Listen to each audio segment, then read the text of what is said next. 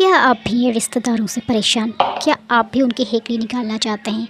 तो आइए चलिए आज जानते हैं हम रिश्तेदारों की हेकड़ी कैसे निकालें। कभी नोटिस किए है कि हमारे कुछ रिश्तेदार होते ही इसलिए हैं कि हर जगह अपनी अकड़, अपना एटीट्यूड और अपनी मैं ही सबसे ज़्यादा जानता हूँ वाली वाइब फैलाते रहें, है ना? आपके भी होंगे, ज़रूर होंगे। ऐसे लोगों से ना प्यार होता है, ना रिस्पेक्ट होती है, सिर्फ इरिटेशन होती है मुझे तो लिटरली। लेकिन उनकी हेकड़ी तोड़ने का तरीका, वो उनके लेवल पे गिरा के, ठीक है, लड़ना नहीं होता। उनकी हेकड़ी तोड़ने का तरीका उनको उनके लेवल पे गिरा के लड़ना नहीं होता, तरीका कुछ और होता है, स्मार्ट, साइलेंट और इफ़ेक्टिव। तो चलिए जानते हैं क्या क्या तरीके हैं रिश्तेदारों की हेकड़ी निकालने के। नंबर 1 तरीका है, ये कम करो, एटीट्यूड खुद कम हो जाएगा। रिश्तेदार जब तक अकड़ दिखाते हैं तब तक उन्हें लगता है कि हम उन पे डिपेंडेंट हैं।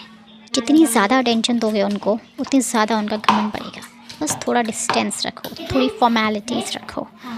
तुम देखो 1-2 हफ्ते में ही उनका कॉन्फिडेंस क्या बलून की तरह उड़ता है, क्योंकि उन्हें रियलाइज़ हो जाएगा कि यार सामने वाला बंदा भाव नहीं दे रहा है। दूसरा तरीका है रिस्पेक्ट रखो, पर लाइन भी क्लियर रखो।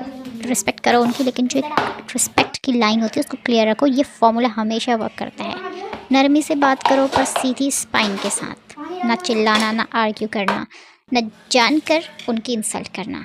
बस जब वो एटीट्यूड दिखाएं, कामली बोल दो, बात की रिस्पेक्ट होगी, बट डिसीजन तो मेरा ही होगा। I promise. इस लाइन में मिर्ची नहीं लगती, पर अगर 50% कम हो जाती है।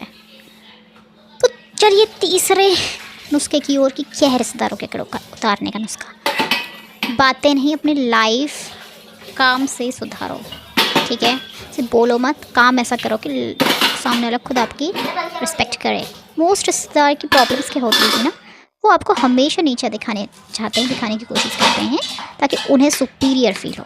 लेकिन जब आप साइलेंटली अपने लाइफ इम्प्रूव करते हैं, जैसे कि करियर, बिहेवियर और कॉन्फिडेंस इम्प्रूव करते हैं, तब उनके पास कमेंट करने को कुछ भी नहीं रह जाता। वो आपको एडवाइस देने से ज़्यादा इम्प्रेस होने लगते हैं। काम से दिया गया जवाब उनको मिल जाता है, उनका मुंह बंद कर देता है, ठीक है? अब चलिए चलते हैं चौथे की ओर। चौथा है ईगो को ब्रेक करो। इंसान को नहीं, उनके ईगो को तोड़ दो, उनको नहीं। अपनी डिग्निटी तोड़ के, डिग्निटी यानी कि गरिमा, अपनी डिग्निटी तोड़ के उनके लेवल पर गिरना गलत है। उनकी ईगो तोड़ना चाहते हो तो एक सिंपल टेक्निक यूज़ करो, मिरर टेक्निक। जब वो एटीट्यूड में बात करें, कामली पूछ लो, आपकी टोन थोड़ी हार्श लग रही है, सब ठीक है ना? बस उनको शौक लगता है कि उनका बिहेवियर पकड़ा गया, उनका बिहेवियर पकड़ा गया। इससे क्या होगा ना, उनकी जो घमंड की टोन है वो नेचुरली सॉफ्ट हो जाएगी, ठीक है? चलिए चलते हैं अब 5th पॉइंट क्या है ईगो ब्रेक करने का, रिश्तेदारों की हेकड़ी निकालने का। चौथा है बाउंड्रीज़ बनाए रहो। ये सबसे इम्पोर्टेंट है। ज़्यादा क्लोज होने की ज़रूरत नहीं है, ज़्यादा रूड होने की ज़रूरत नहीं है, बस क्लियर बाउंड्रीज रखो। कैसी बात एक्सेप्टेबल है, कौन सी बात डिसरिस्पेक्टफुल है और कब उन्हें रोकना ज़रूरी है। एक सिंपल लाइन ड्रॉ करो जो हमेशा काम करती है। रिश्ते बहुत प्यारे हैं, बट डिसरिस्पेक्ट टॉलरेट नहीं हो सकती।